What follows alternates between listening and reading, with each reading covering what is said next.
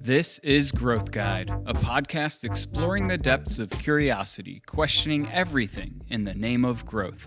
I'm your host, Brian D'Alessandro. Today we're diving into the world of visionary leadership with a remarkable guest, Ari Weinzweig. Ari isn't your typical restaurateur. He's the driving force behind Zingerman's Delicatessen, where he serves up mouthwatering dishes and a unique philosophy. This goes far beyond food. It's about vision, community, values, and outstanding business. So much so that Zingerman's generates over $65 million in annual revenue, a testament to Ari's exceptional leadership, no doubt, but that's not the half of it.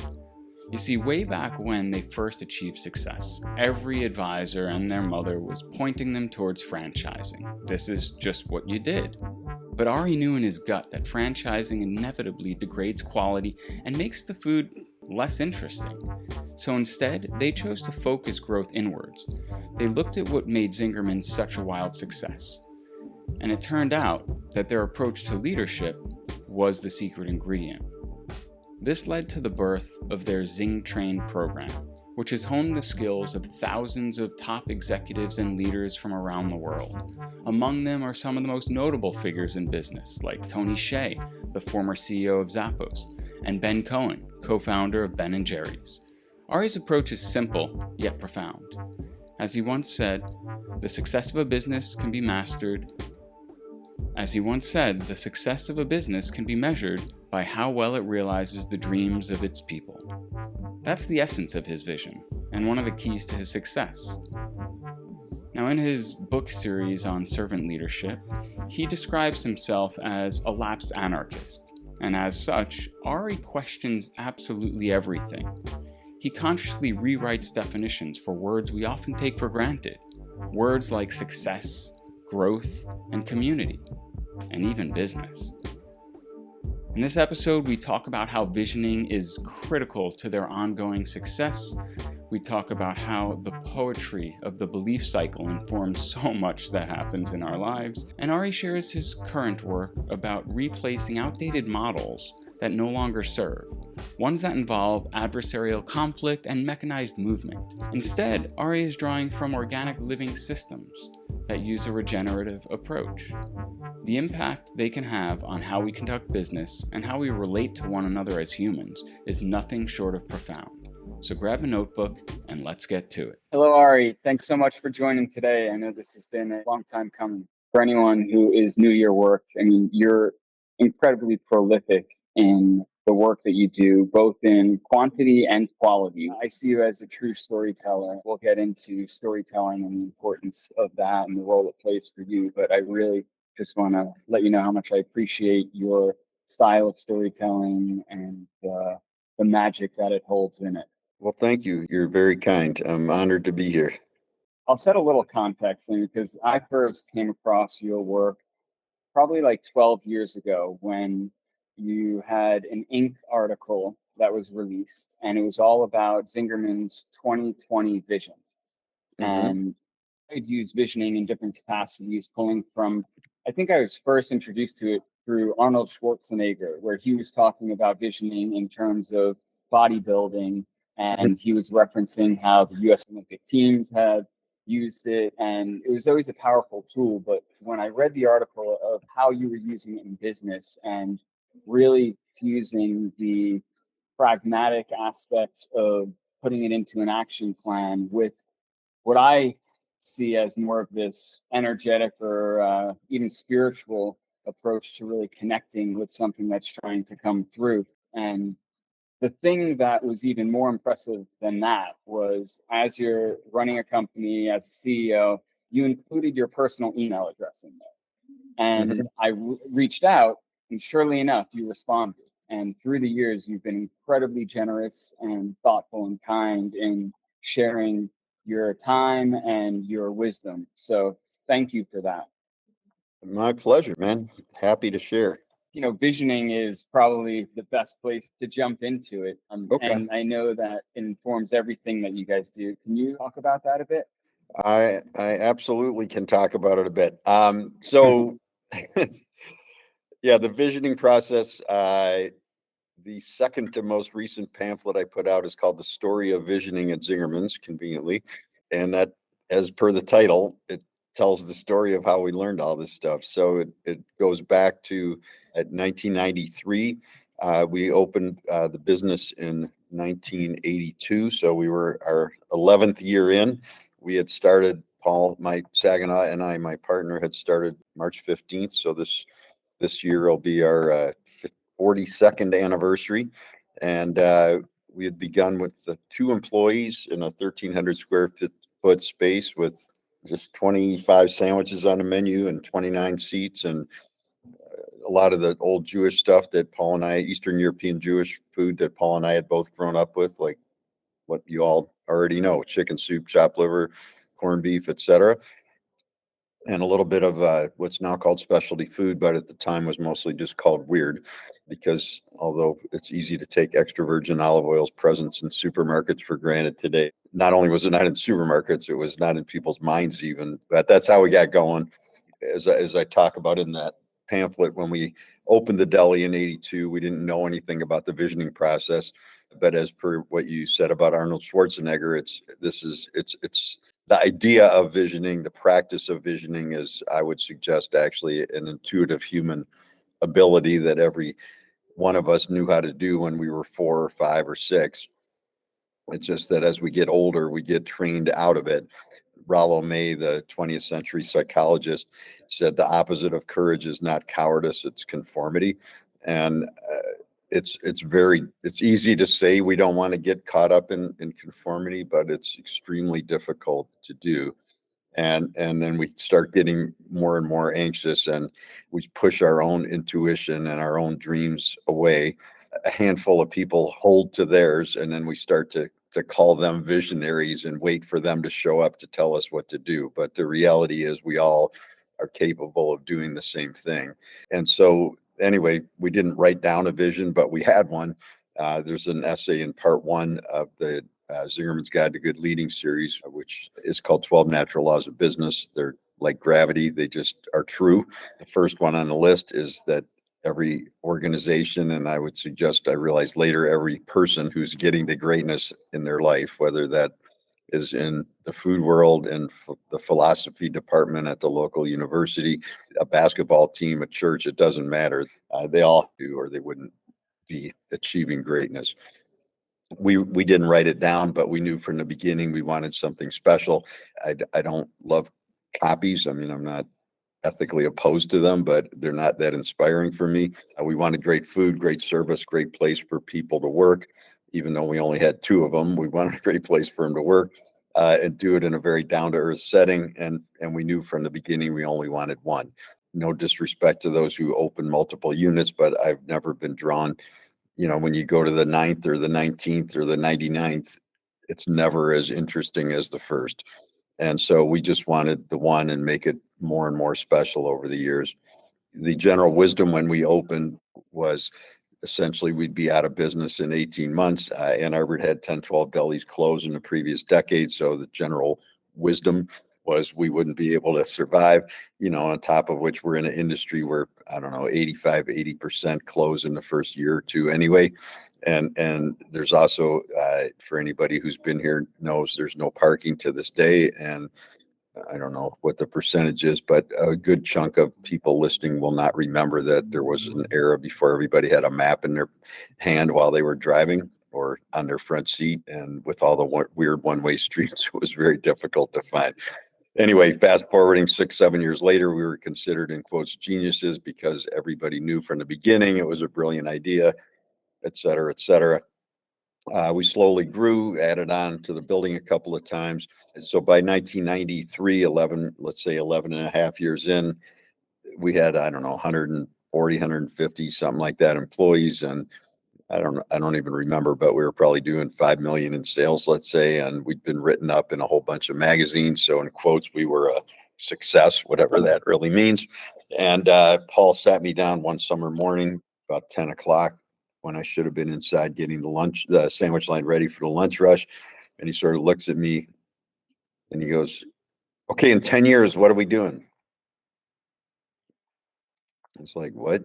It's like, "In 10 years, what are we doing?" I'm like, Paul, I don't know what we're doing in 10 years. It's like, well, I mean, is this crazy that, we said we're not going to open any other spots. So we've already turned down offers from 2 or 3 other cities. We won't open on campus because we're sticking to just the one. It means people are eating into our market because they're copying us. Like, what are we doing, man? I'm like, Paul, I don't know what we're doing in 10 years. It's so far in the future. He's like, I mean, are we sold the business? Are we still here? I'm like, Paul, I got work to do. And he's like, this is our work. So in hindsight, what he was asking me is, what's your vision? We didn't have that language yet. Now, obviously we do. In hindsight, I would suggest he had an intuitive sense that we had fulfilled the original vision. It's a stage that I would equate, and quite a common one, to organizational midlife. It happens to most businesses that get started. People, by definition, had a vision, or they wouldn't have built whatever they created. It's true for nonprofits as well. And then they realize that they don't realize they're done, but they've actually finished the vision. It's also what John O'Donohue, the Irish writer philosopher whose work is awesomely inspiring, would call a threshold. It's where you're sort of finishing something.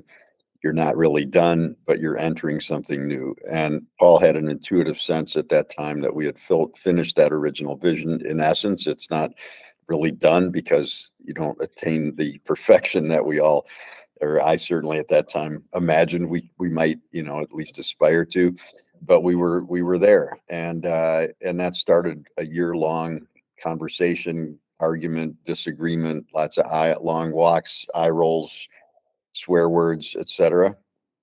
And during that time, as I detail in the Story of Visioning pamphlet, we met a guy named Stash Kazmierski. He was a consultant at that time for a small, very progressive firm down the block called Dana Miller Tyson. Kathy Dana Miller, who had founded it, was known all over the country for her very innovative organizational change methodologies, which we also essentially use today, having adapted them from her. But anyway, Stash, they would all, I don't have an office, but if I had one, I would want to get out of the office too. And so they would all come down the block to get coffee, hold some meetings down, in a more open, interesting environment. And that's how we got to know him. So I don't remember if it was me or Paul, but one of us was telling him that we were having this frustration and these problems. And he offered this process. And the process itself had come out of the University of Michigan, which of course is where we are in Ann Arbor. The original work was done by a guy named Ron Lippitt in the late 50s, 60s, and 70s. He called it preferred futuring. We've adapted it and call it visioning, but that was the first time that we wrote a vision. And it was a lot of long, like I said, arguments and conversations and continually coming back to the table. But we finished that year by writing for the first time a vision, and it was called Zingerman's 2009. So if you do quick math, you'll realize we didn't go 10 years, we went 15 years into the future. And that vision, which is in the back of the pamphlet, detailed or described the story. You've mentioned storytelling. Thank you for your kind words. Vision tells the story. So it's the story of what Zingerman's was going to be like in 2009. And that included that we would stay true to having just the original unique one deli, but that we would open other Zingerman's businesses. Each would be here in the Ann Arbor area. So we were in the same community. Each would have its own unique specialty, but be a Zingerman's business. So this wasn't just we were going to invest in different things, but it would operate as one synergistic organization, and that each business would have managing partners in it, because we really had the experience that the further one got from the owner in general, and there's exceptions for sure, but in general, the lower the energy level, the lower the creativity, the lower the passion. So that was what we rolled out. So that's a long answer to your question, but there you go. There's so much in it, and this is the format for an even longer answer. But obviously, your writings go deep into it, and I'm going to link all of those here. A couple of things as you're talking about it. What's occurring for me is this notion that a vision being the story being told versus just the writing of a plan, it takes it out of just being an intellectual exercise, and it all of a sudden becomes this embodied visioning where you're not only thinking it, but you're also feeling it. And I know that it seems that more recently, what was it, in 2020, I think I saw that you had, or 2021, you had read Bob and Judith Wright's book Transformed, and you were struck by something called the belief cycle. And for me, it was interesting reading that because it feels so inherently connected to visioning, and that notion of you have to so deeply believe what it is that you're envisioning, or else the likelihood of it coming to fruition is greatly diminished. Yeah, it's actually before that I read their work, probably 2015, 2016, and I wrote a giant book about beliefs. So yes, absolutely. It's not just vision, it's just true of anything in life. If we don't believe in what we're doing, it's not going to work. And we could go on that one for a long time, but yes. Yeah, I mean, I'd love to go a little bit more into that, because one of the things that I've experienced, because I've been using this process with my clients doing brand development and business development for 12 or 13 years now. And one of the challenges, and you talk about it with the walks you and your partner were taking, just rolling the eyes, right? Like, Yep. there seems to be a natural inherent resistance to the process sometimes. Yeah, And of course. and yeah, can you talk a little bit about to overcome that, and what's at play? About overcoming the resistance to the visioning process? Yeah.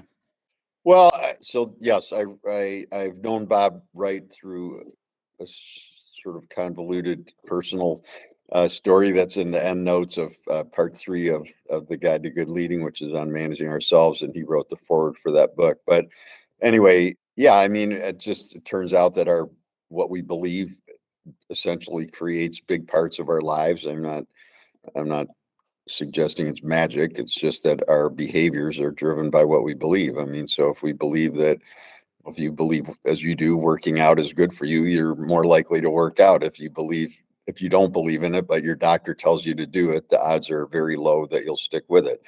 It's kind of basic once I thought about it before. So one of the big things I learned from the work on beliefs is just that you can't make anybody change their beliefs, which you can realize quickly right now. If you just turn on the news, you're going to see that you can't make anybody change their beliefs. And at that point, it's really just offering them opportunities to see where it can work, how it can work, why it matters, etc. And then ultimately they have to decide for themselves that they're going to do it. I mean, it's really no different. You can't make somebody go to the gym.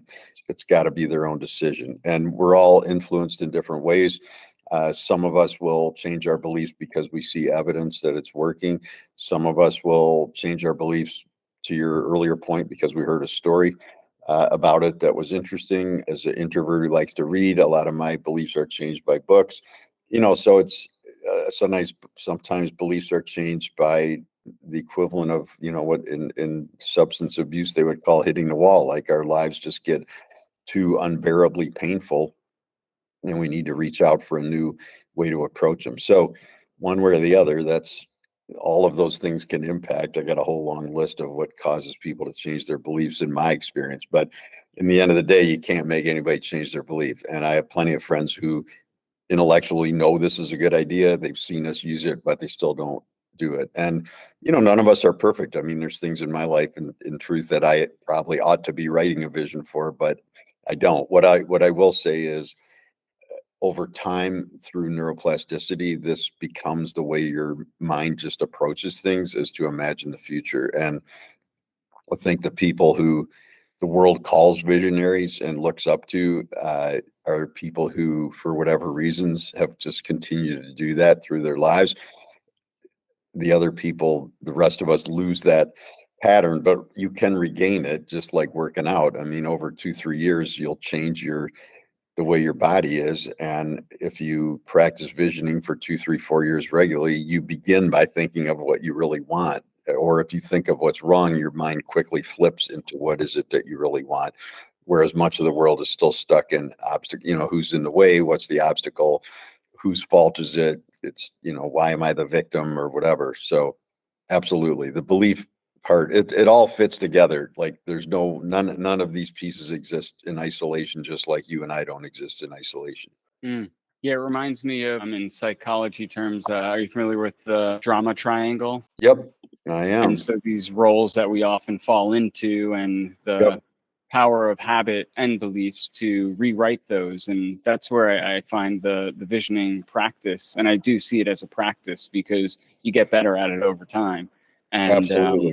it's just one of those things. I mean, I have a belief, I'm curious what your thoughts are here, that as humans, we can only create that which we have seen. And we can see it one of two ways, either because we've seen someone else do it out in the world. And I look at the 4-minute mile as one of the perfect examples of that, right? It was a limitation of the human body. No one was ever going to do it until it gets broken. And then within months, a few other people broke it as well. And the second type of seeing it in the world is seeing it in the mind's eye. And that's where I think visioning really becomes powerful in developing that skill, because once you can see it here and not just vaguely, but really build it in a concrete form and touch it and taste it and smell it, it exists. It's just a matter of when and how it's going to come to be. Yeah. And I'm not a psychologist, so I don't know that I could say like why, consciously or not. Like there's things that we might not remember seeing that we did see.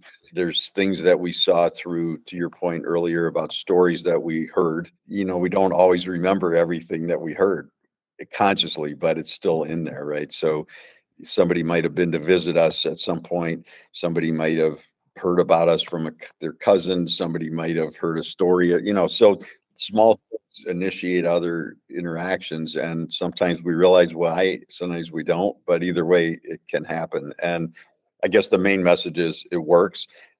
Whether people want to use it or not is up to them, and I'm happy to be a resource and be a help. It's certainly without question, and I'm not big on hyperbole, but it absolutely changed our lives and my life, and I would not be sitting here talking to you without it. So for whatever that's worth, that's the reality. Yeah, and you referenced how as children, we all have this innate ability of imagination and being able to see whatever it is that we wish. And then over the years, through whatever it is, actually, there's a study by NASA, I've referenced it on the show before, where NASA was really studying genius through imagination. And they saw a direct correlation of the education system and the decrease of imagination, because it's teaching you what to think rather than how to think. And it's not always valuing for the individual and the unique aspects and gifts that they might have. And so, again, it's something that we all have within us, and we have the ability to cultivate and strengthen through exercise, which I think is such a cool part of it. Absolutely. Yeah. I mean, this is all, one of the things that I've been working on for the last 5-6 years, which actually started with the beliefs book, is a metaphorical model for organizations as ecosystems. And I'm trying to finish a pamphlet on dignity, and then after that'll come work, published work.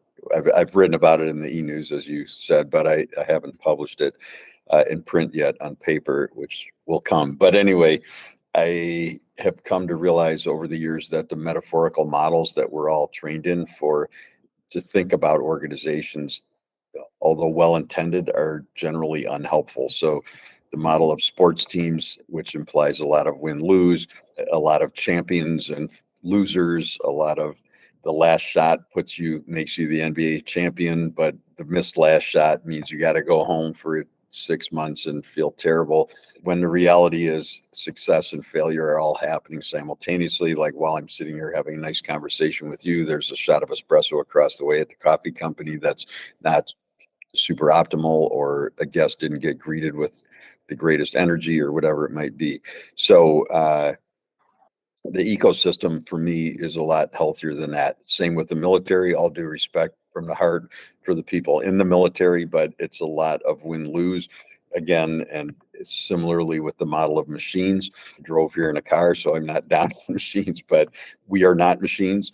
A lot of people use the metaphor of the computer for the brain, but it's just, if that was the case when we hired people, we would just download new software, and other than an occasional freeze up with a reboot to follow, we would be fine, right?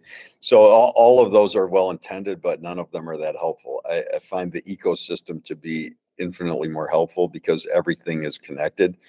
The beliefs, organically. the beliefs I started to look at as the root system, the culture as the soil, and on from there. And you can't just change one in isolation. Everything's going to impact everything else. So if we have beliefs that we learned from our parents at 2 and you're 40, you got 38 years of root growth. It's not coming out in a day.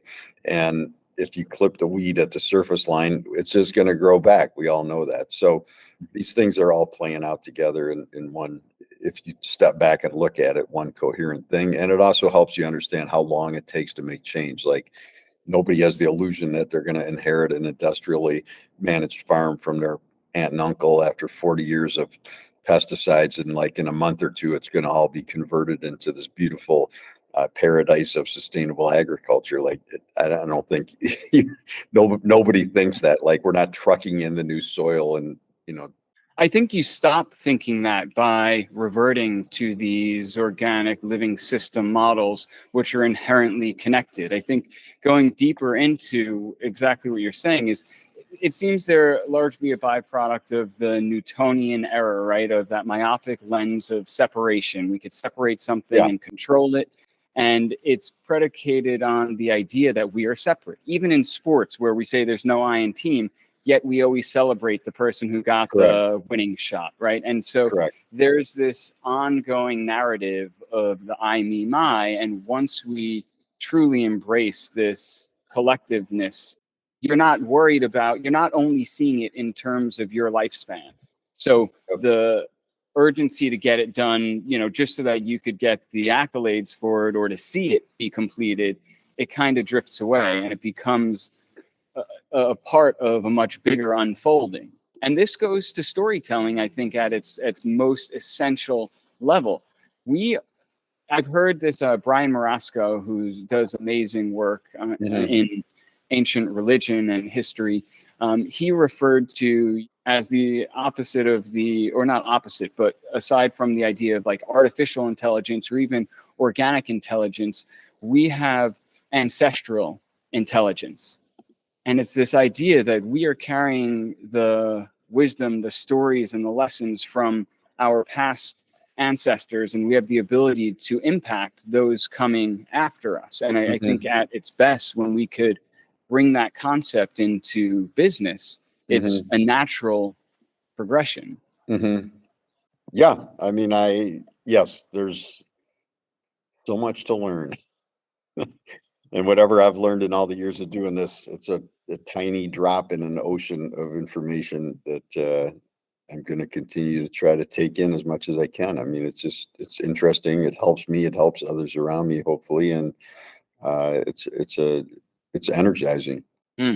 Yeah, and it's really opening. As much as there's so much information out there, we're also learning of these different types of intelligence that for a long time I think we've ignored, or there's recent studies on plants having the same site receptors but they're all throughout the plants, and so they actually are able to see, not exactly the same way we do, but they could supposedly tell when you're walking by what color shirt you're wearing, and they could tell what your form is. And for me, that just breaks through. I mean, in really looking at intelligence in different systems, when you're looking at these living system models, when we look at the soil being, I believe that, by focusing on the values, you are taking care of the soil. And Wangari Maathai would say, I don't take care of the plants. I just take care of the soil, and then the plants are taken care of. Yeah. Well, in nature, it's obvious that they go together, and that's a lot of what got me going on it. I started to look at beliefs as the root system of our lives, because you can't see the roots, and we don't really generally talk about the beliefs. We just tend to argue over actions or tactics, but it's actually the belief underneath that is driving the action or the decision or the argument. So that's why I started to think about beliefs in that way. And I wrote a whole bunch in that Power of Beliefs in Business book about the idea that I like simple models that honor natural complexity. And I started to look at beliefs as either negative beliefs, neutral beliefs, or positive beliefs. And you don't need to be a farmer to figure out the obvious, which is that if beliefs are the root system and you have negative beliefs, it's going to always lead to negative outcomes. There's just no way around it. Neutral beliefs don't do much, and positive beliefs create positive outcomes. And part of what became incredibly obvious to me is just you can't get positive outcomes from negative beliefs. I mean, it's just 100% impossible. You can create action, you can tear down countries, you can get in fights, you can get divorced, you can quit your job, you can walk around complaining all day, and you'll feel better while you complain for 15 minutes, but it isn't going to actually create anything. So that really led me to do that. And then to the point of the quote that you just shared, the obvious, if you put a great plant in bad soil, it's not going to do that well. I don't care who you put, you or me, in a very unhealthy organizational culture. It doesn't matter what we've achieved. The odds of us doing great work are almost zero, because even if we try to make change, it's not going to take, and we're going to end up getting frustrated and moving on. So looking at the cultures, the soil, and then there's 2 essays in the beliefs book about hope, which I had really never thought about, but it turns out that hope is something that's actually, what's the word, practicable. So we can actually practice building hope, and we have all, starting with me, unwittingly diminished hope. It's not what certainly wasn't my intent, but my behaviors, now that I understand it, have done exactly that. And we can increase hope. And the reality from having studied it, it's incredibly simple. You can do it without even taking any more time. It's just being sensitive. I came up with 6 things that, from my studies, I'm not a scientist, but that showed me what you can do to increase hope. And people with low hope don't feel good. They have higher turnover. They have lower resilience. They generally don't take great action. And which you can see socially, low hope, surprisingly for me, correlates with low fear.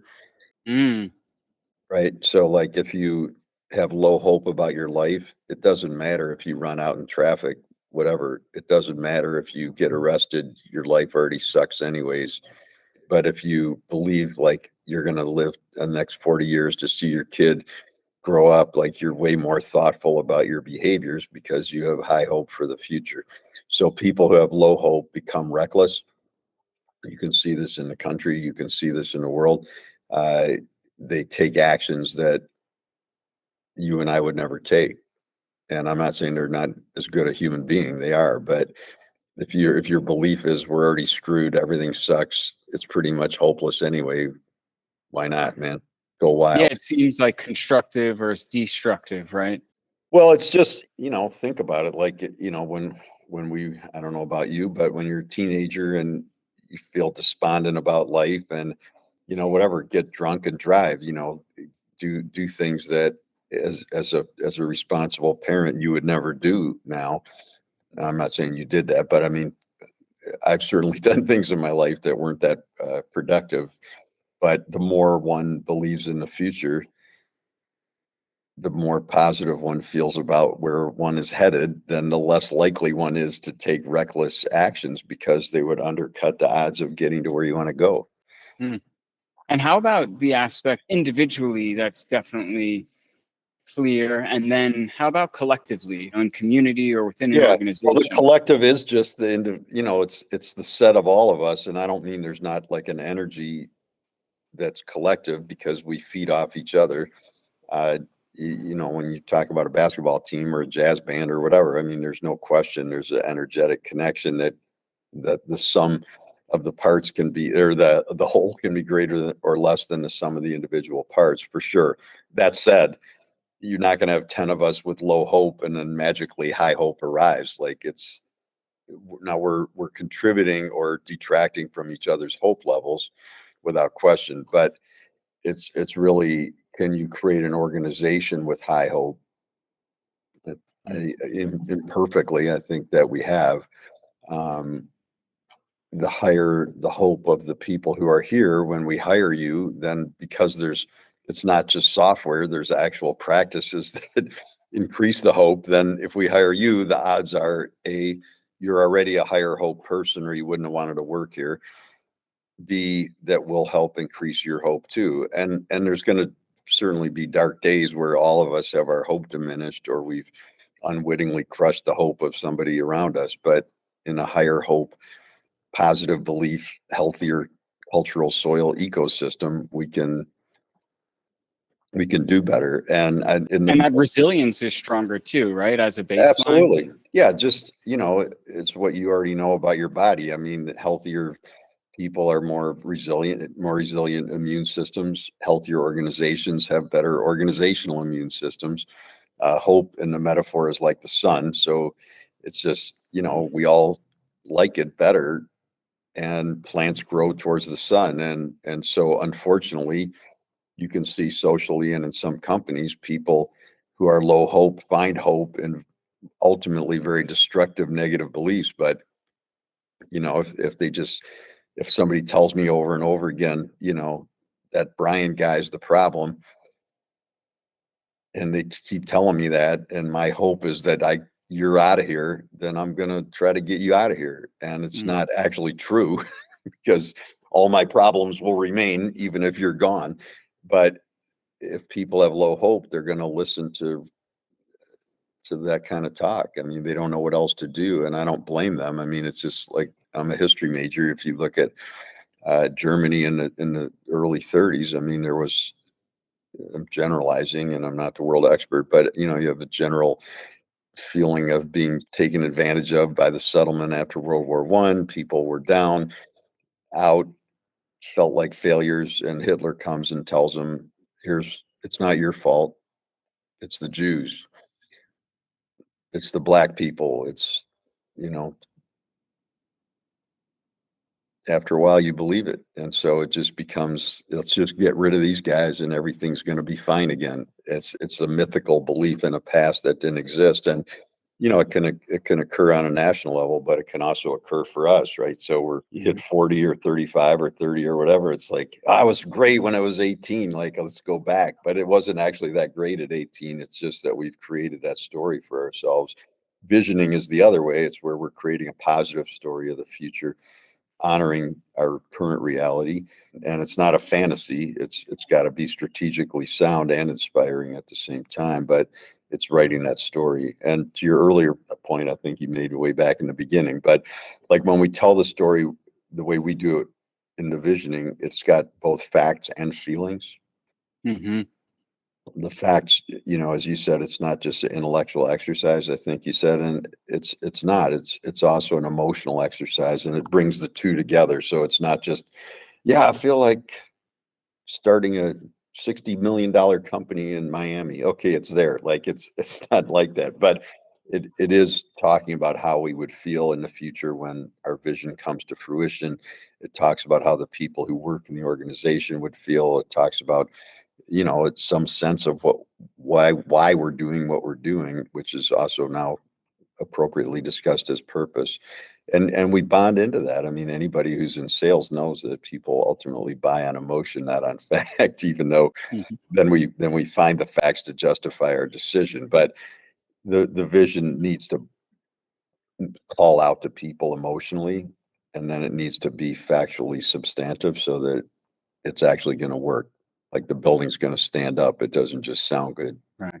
And the beauty that I find is, on the other side of creating a vision, you can reverse engineer an action plan, and it becomes evident very quickly if it's viable or not, both in budget or time or any other factors, where you could then modify it either by pushing the time out or by removing some parts. But it becomes a very practical, tangible exercise as well.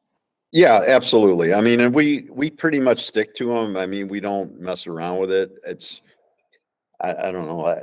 There's an essay, I wrote a pamphlet called Working Through Hard Times, which came out during the pandemic. I wrote it from the middle of the pandemic, not from the end, because as a history person, most history is told long after. And I think there's something interesting about when you were in the middle of it and you didn't really know how it was going to work out. You might have hope and fear, but anyway, there's a piece in there about sticking with stuff long after the glamour is gone. It's hard to stick with stuff. I mean, I run every day, but I don't run races. But I mean, everybody who runs wants to stop at some point. Like, you just don't. I mean, everybody with little kids wants to boot them out the window sometimes. You just don't. And so the feeling of wanting to quit is normal. Then there's a decision, and the vision helps you hold course, I think, to keep going forward. So if you're going to change it every time, it's sort of like, I'm going to go to the gym every day. Well, I don't know, maybe 5 days. Then it's like, okay, maybe 4 days.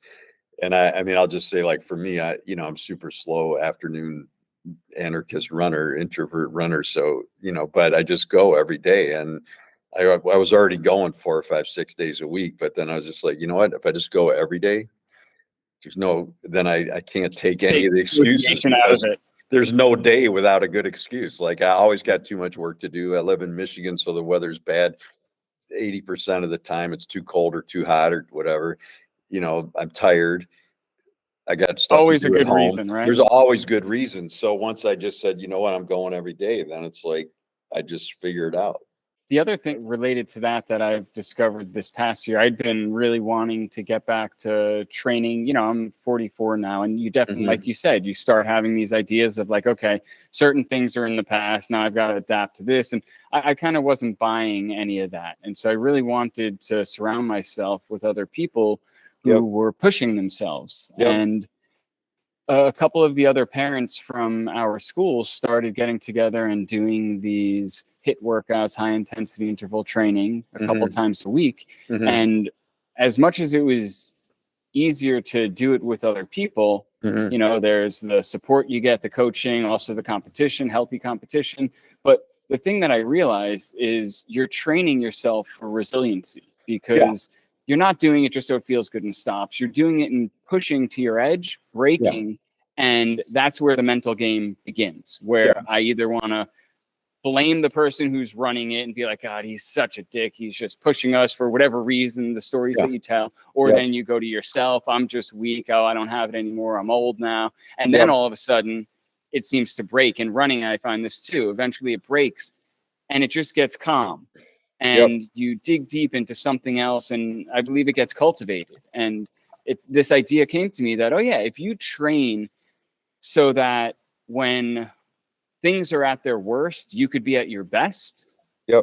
That's kind of a golden thing to tap into. No, absolutely. I mean, I think some people grow up in family settings or ecosystems where that's already in place. Again, hope is a huge factor in that, from everything I've learned. People with low hope give up quicker, of course. The other thing you brought up in one of the recent pamphlets, and it reminded me, you had the Gareth Higgins quote, you never know when a story is over, especially when you're in it.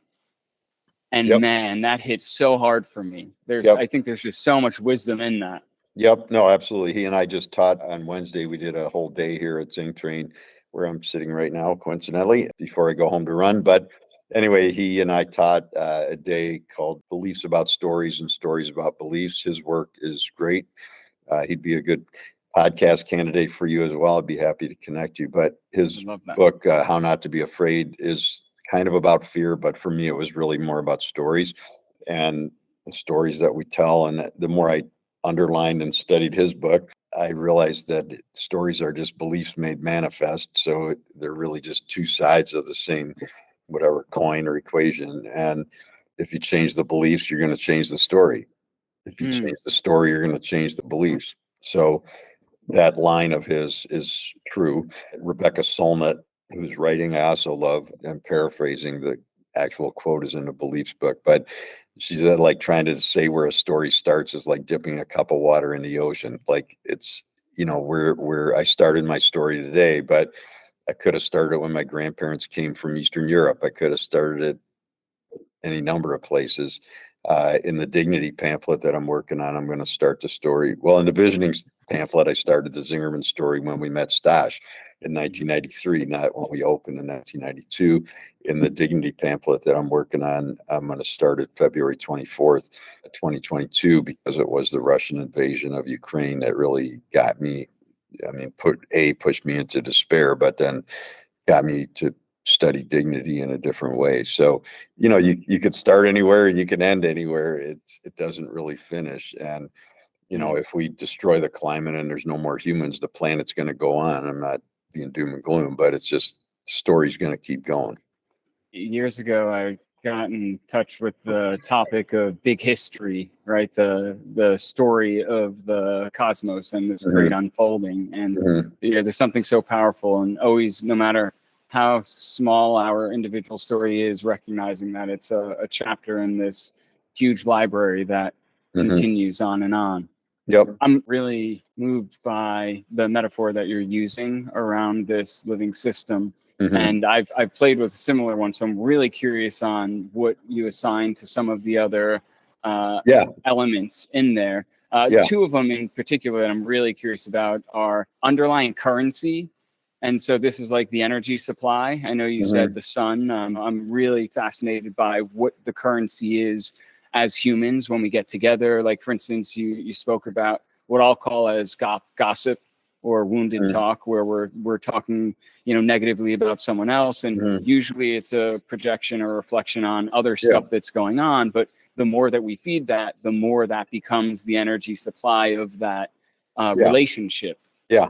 Well, we talk a lot about energy. I mean, literally, that's the word that we use. I learned it from my friend Anise Kavanaugh, Anese Kavanaugh with a C. She'd be another good person you could interview for this. But we learned about energy from her. You mentioned the 2020 vision back in the intro. In there, we wrote about having 380% more fun in 2020 than we had been having in 2007 when we wrote it. Long story short, that quickly made us realize we didn't agree on what fun was. It wasn't that much fun figuring out that we didn't agree on fun, but it was ultimately helpful. To your point about resilience, we stuck with the conversation and we ended up agreeing, 2008 or 9, we agreed that we would use positive energy as our definition of fun on a professional level in the organization. So 15 years later, it's constantly talked about, well understood, not in a dramatic way talked about, but just it's an icebreaker at meetings. It's, everybody who works here knows it. Because to your point, it's intuitive, like there's energy everywhere, right? So we use that. Money, which you said currency, I don't think you really meant money, but money. It's an expression of. Money I came to in the last spring working on it, that money is minerals in the ecosystem. You need minerals in the soil or it won't grow. If there's an overabundance of minerals in the soil, nothing will grow either. If you take all the minerals out of a field of soil and move it all into one corner, the per square yard average of minerals will be fine, but the stuff still won't grow in either part. Does that make mycelium the investors or the bankers? No, the mycelium I looked at the fungi is a lot of what creates the cultural health because they feed the soil, and the connectivity of the culture is the mycorrhiza that humans in the Western world unwittingly cut up by plowing everything.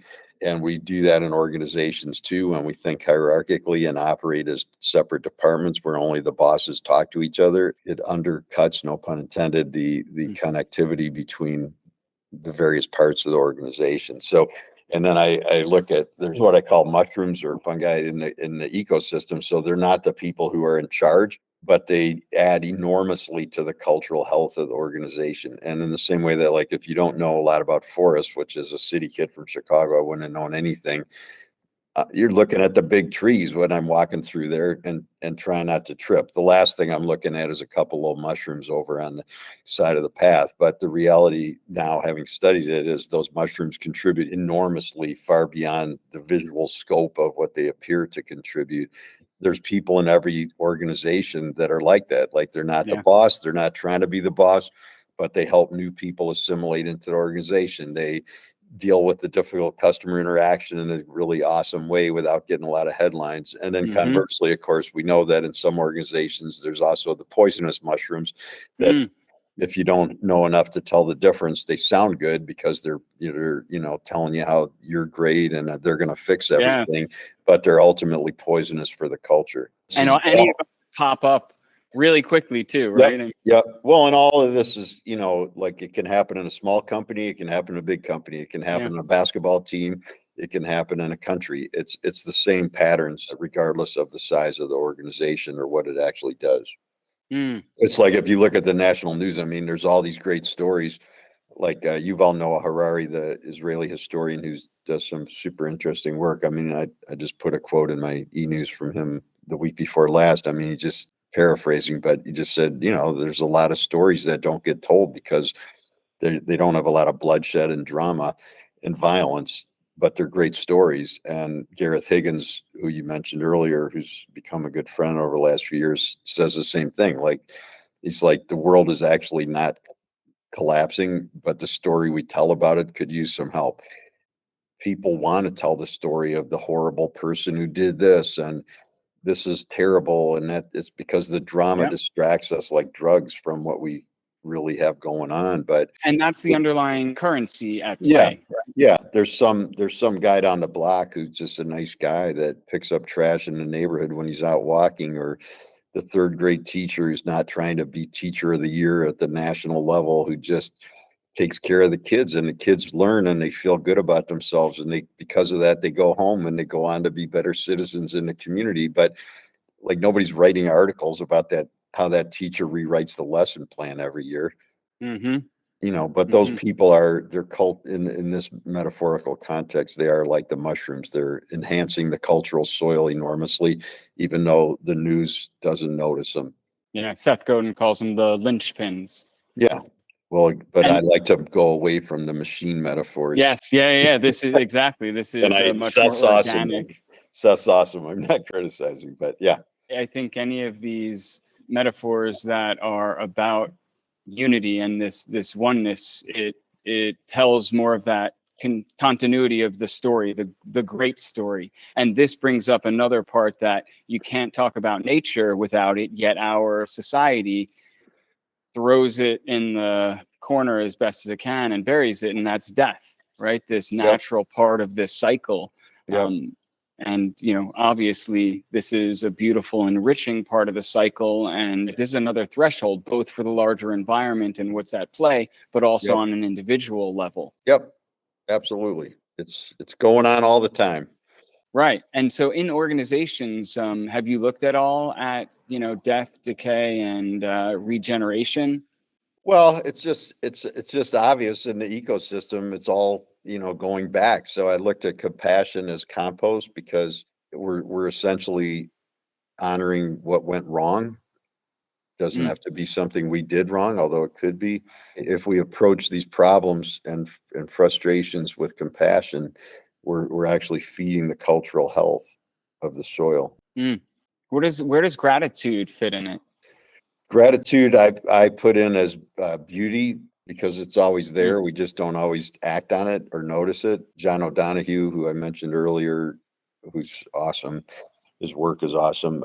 He talks a lot about how the saying "beauty is in the eye of the beholder," which we all have heard and many of us use regularly. And he said the most common way to understand that statement or to interpret it is that beauty is subjective, and what you like isn't what I like, et cetera, et cetera. But what he also said is there's an equally valid way to interpret it, and that way is that we need to train our eye to see the beauty, because beauty is all around us. And he also said that he says that the world is suffering, and he said this 15 years ago, so it's only worse maybe now, but that the world is suffering from a crisis of ugliness. And although I don't look at life as a zero-sum game, beauty is kind of a zero-sum game. So it's either ugly or it's beautiful. And part of that is what we create, but part of that is also how we look at it. And the same new staff member who's struggling to learn a skill can be a pain in the ass, or they could be, it's awesome how they're growing, to your point about building resilience, so those are beliefs, right, that change the whole conversation. So beauty is gratitude, because there's a million things to be thankful for. It's just, if we don't learn to do it more than just on Thanksgiving, it's not ultimately that helpful. Yeah. There's something too that I see in the intention of creating beauty, and that certainly is subjective to the individual, and obviously autonomy becomes a whole other thing, right, that allows for that. But the idea of having the intention to create something that is beautiful, I see as this idea of expressing something that is an act of gratitude in itself. A lot of times gratitude gets held to after the fact. Oh, I'm grateful that this happened, or I'm grateful that this is. But the act of intention to create something beautiful is also one of gratitude, to create something beautiful so that others can see it and connect with it. And as a way of honoring the larger whole, whatever you call that. Yep. No, absolutely. I mean, it's just keeping in mind the impact on the ecosystem and, moving with grace instead of destructively, and humility to realize you're not the most important thing in the universe, and your country's not better than any other country, and I'm not any better than you. Doesn't mean we're bad. It's just stop thinking hierarchically, because it's leading to a lot of problems. And so when it comes to leadership, obviously you've written, The Anarchist's Last Guide to Leadership, and you've written plenty of other pieces on leadership. So how does this iterate and inform, your approach to leadership for people who are first coming in touch with your work? Because it's definitely different. And I just want to add that you have leaders from around the world coming to pay you to train them in your ways. Yeah, a lot of it is around servant leadership, which came from Robert Greenleaf. This is all my version of it, is in part 2 of the book, which is in the book series, which is called Being Better Leader. So servant leadership is about us serving the organization, not the other way around. It's a lot about stewardship, which is derived from Peter Bloch's work, which is essentially, in hindsight, anarchism in action, which is you're treating each other as equals, as if you're going to come to consensus through difficult conversation, not trying to put the hammer down or whatever. It's about energy management. It's about all these things we're talking about: hope, compassion, and also it's about teaching everybody who comes in here to think like a leader from the minute they start. Whether they take to it or not, I don't know, but we hold everybody accountable here for leadership, no matter what their position is. And of course, some do it better than others. Of course, we don't hold ourselves perfectly accountable every day, et cetera, et cetera. So it's not about attaining perfection, but it's just a different mindset, which is, one is you're just essentially irrelevant person doing this, whatever frontline, backline job. The other is, like, from the day you start here, you're responsible for the whole organization. And they might say, I'm 16 and I only work 3 days a week. It's like, well, that's the way it is. And again, if you flip that around to the country, like, we're all responsible for the whole thing. And there's a quote from Rabbi Heschel, Abraham Joshua Heschel, from the mid 20th century, that said, in a democracy, some are guilty, but all are responsible.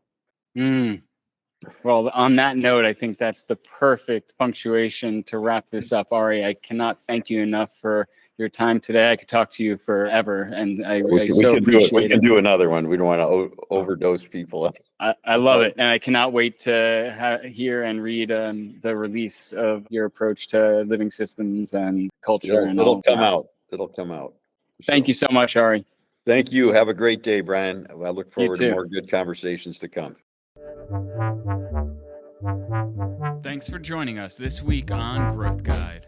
A big thanks to our sponsors. This episode is sponsored by the Permaculture Education Institute.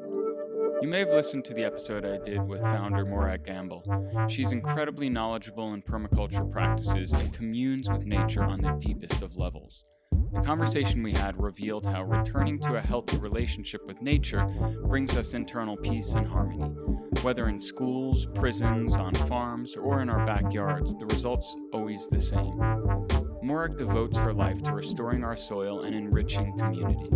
Whether you're looking to level up an established career, or into community farming, or being called to this field for your next chapter, the wealth of knowledge and wisdom Morag offers is paramount. This is where the Permaculture Educators program comes in. It's a global online learning community led by Morag Gamble. The program includes dual certificates of permaculture design and permaculture teaching. If you're called to be a part of the positive change growing around the world through living simpler, speaking up, and teaching permaculture, this course is for you. For anyone looking to make permaculture their way of life and their livelihood too. For more information, visit growthguide.love/perma. This episode is sponsored by Morning Man. Live manly, own the morning. I learned about this from UFC champ Frank Shamrock. He was always having trouble getting started in the morning without like 7 or 8 cups of coffee. No exaggeration, I've seen this in person. So he created this product that's packed full of 45 superfoods and it has 95 milligrams of clean caffeine, so you get that charge from the greens and also get a hit from the caffeine without feeling all jacked up. I'm definitely caffeine sensitive and I like this product because it doesn't make me feel like I'm bouncing off the walls, but I feel sharp and energized to get shit done. Visit growthguide.love/morningman to learn more and use promo code GROWTH for 15% off. I'd also like to thank our sponsor, Atmananda Yoga. You guys have got to check out their yoga alignment mat. I've been using this for a long time. As you know by now, I've studied and trained with them as a yoga teacher, and the mat is incredible to deepen your practice and to ensure a lifelong injury-free practice. Visit growthguide.love/alignment for more info or to buy. Be sure to use code GROWTH at checkout for 15% off. Make sure to visit our website, growthguide.love, where you can find freebies, exclusive content, and subscribe to the show so you'll never miss an episode. If you found value in listening, I'd really appreciate a rating on iTunes. I can't tell you just how important this is. Or spread the love. Tell your friends, your fam, heck, tell your spirit animals. And follow me on Instagram at growthguide.love. Be sure to tune in next week for our newest episode.